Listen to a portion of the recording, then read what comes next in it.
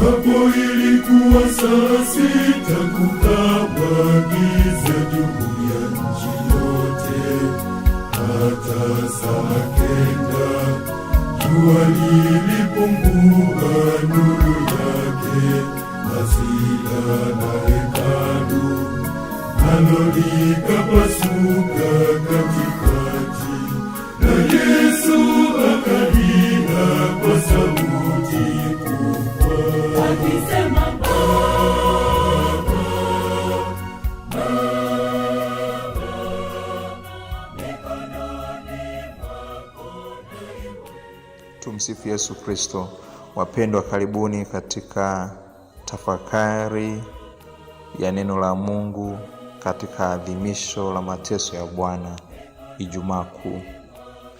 Somo la kwanza ni la kitabu cha nabii Isaya sura ya 52 aya 13 hadi sura ya 53 aya 12.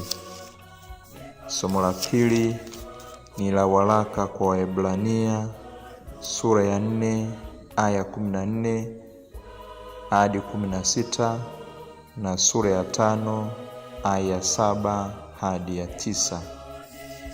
Injili takatifu ni ya Mtakatifu Yohane sura ya 18 aya ya kwanza hadi sura ya 19 aya ya 42. Tusikilize tafakari ya siku ya leo. Leo tumekuta altari ikiwa tupu kabisa, haina vitambaa au maua, ili kutukumbusha Mwokozi wetu alivyoaibishwa na maaskari kwa kuvuliwa nguo zake. Waligawana nguo zangu kati yao na vazi langu wakalipigia kura. Zaburi ya 22. Tunaanza kwa ukimya bila wimbo wa mwanzo, ili kutukumbusha masaa 3 ya ukimya na giza, kuanzia saa 6 hadi saa 9. Bwana wetu akiwa msalabani katikati ya wanyang'anyi wawili. Injili ya Mtakatifu Mathayo sura ya 27 aya ya 45.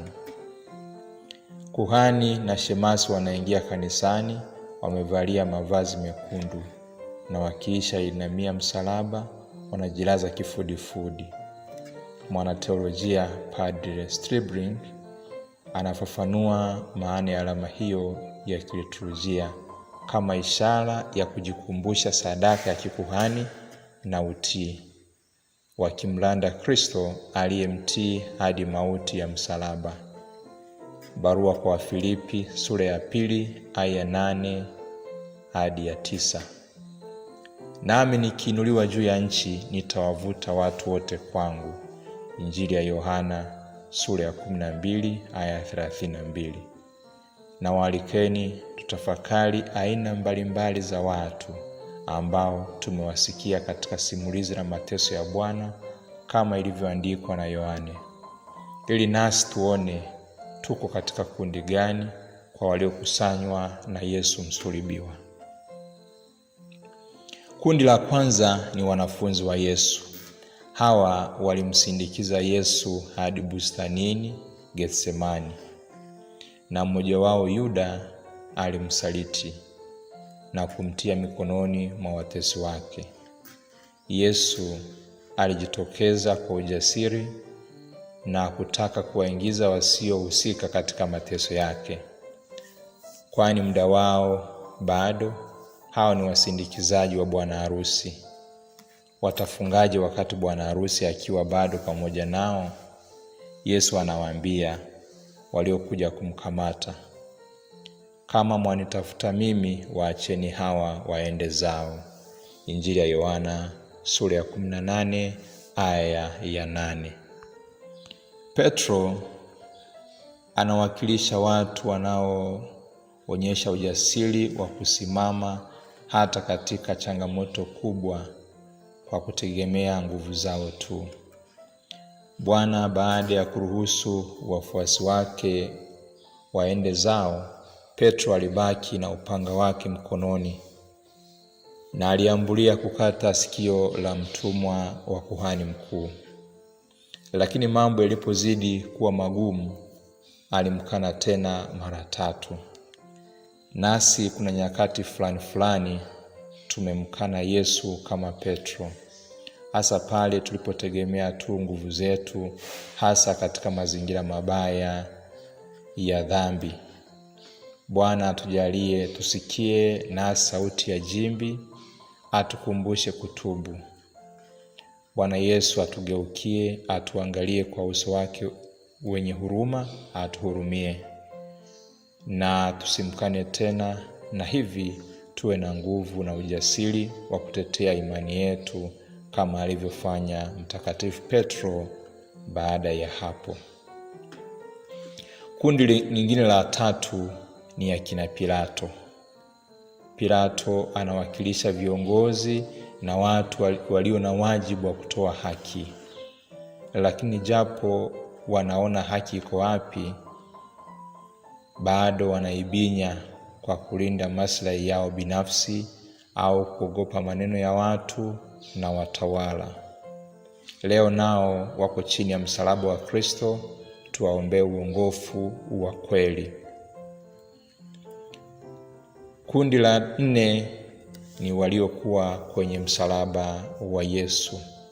Kwenye msalaba wa Yesu walisimama mama yake Yesu, dada ya mama yake, Maria mke wa Kleopa na Maria Magdalene, na mwanafunzi ambaye Yesu alimpenda, mwinjili Yohane au Mtakatifu Yohana.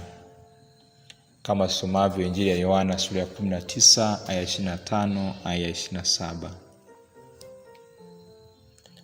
Kwenye mateso, katika kupungukiwa, katika magonjwa, ndipo utakapowatambua marafiki wako kweli. Hao watu ndio watu wachache nyakati zote ambao ukibahatika kupata ufahamu, labda huko ICU hospitalini, utakuta wamekuzunguka.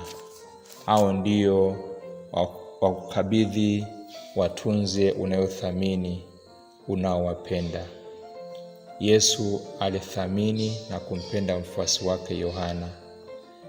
Ndio maana alimkabidhi Yohana kwa mama yake Maria, akisema, mama, tazama mwanao.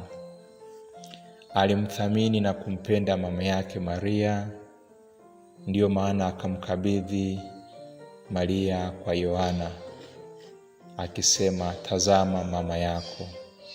Yesu leo akukabidhi kwa mama yake kwa sababu anakupenda, anakuthamini. Nawe nenda na mama yake nyumbani kwako.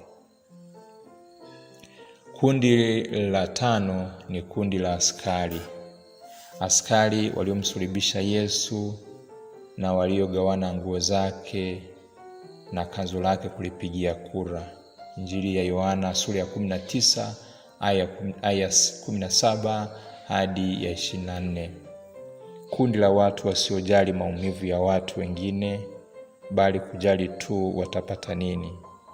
Watu wanaogawiana mali ya umma, mali za wajane na za yatima. Watu wanaonyang'anya watu mali zao kwa nguvu. Lengo ni kujinufaisha tu. Nao Yesu aliyesulubiwa awaguse wabadilike. Nafasi na vyeo vyetu visitufanye tuumize wengine na kuchukua mali zao. Watambue kuwa wote tu waja wa Mwenyezi Mungu. Tujifunze kuthamini maisha ya wengine, tujifunze kuheshimu haki za watu wengine na mali zao. Kundi jingine ni akina Yosefu, Arimatei na Nikodemo. Hawa ni wanafunzi wa siri wa Bwana wetu Yesu Kristo. Hawa walikuwa ni watu mashuhuri, watu wenye vyeo, wajumbe wa baraza la juu la Kiyahudi, Sanhedrin. Kama tusomavyo Injili ya Yohana sura ya 19 aya 38 hadi 42. Hawa wanafanya vitendo vya ujasiri na upendo mkubwa usiotegemea malipo. Yosefu Arimatea anamwendea gavana wa Kirumi Pilato kuomba mwili wa mtu aliyemhukumu asulubiwe, kwani miili ya watu waliohukumiwa kifo cha msalaba ilikuwa ikibaki huko msalabani muda mrefu, muda mwingine iliwe na ndege au kutupwa kama ikuondolewa na familia. Yosefu Arimatea akuogopa Pilato au Wayahudi kwamba wangemuita au kumhusisha na wafuasi wa Yesu, na hivyo kuhatarisha maisha yake yeye mwenyewe au nafasi yake ya ujumbe katika kikao hicho kikubwa cha Kiyahudi cha juu, Sanhedrin. Nikodemo pia naye anafanya kitendo cha ujasiri na upendo usiotegemea malipo. Anatumia mali zake kuustiri mwili wa mwalimu wake Yesu. Mwili wa Yesu anautia mchanganyiko wa ubani na manemane kiasi cha kilo 30 kama tulivyosikia katika Injili. Anaufunga kwa sanda na kufuata taratibu zote za Wayahudi za kuzika, na anauzika katika kaburi lake jipya. Nasi tuombe Mwenyezi Mungu siku ya leo, Yesu huyo msulubiwa, hata kama sisi ni wafuasi wake wa siri, basi atutie ujasiri kama wa Nikodemo na Yosefu Arimatea, tumfanyie makubwa Bwana wetu. Bwana anasema, nitakapoinuliwa nitawavuta watu wote kwangu. Je, mimi ninamfuata Kristo nikiwa katika kundi gani katika makundi hayo ambayo tumeyasikia? Tumuombe Kristo msulubiwa ambaye ametupenda hivyo, ametupenda upeo, akatukomboa kwa mateso na kifo na ufufuko wake. Atujalie siku moja tuweze kukutana naye uso kwa uso huko mbinguni, tufurahie na sisi Pasaka ya milele. Awabariki Mungu Mwenyezi, Baba na Mwana na Roho Mtakatifu. Amina.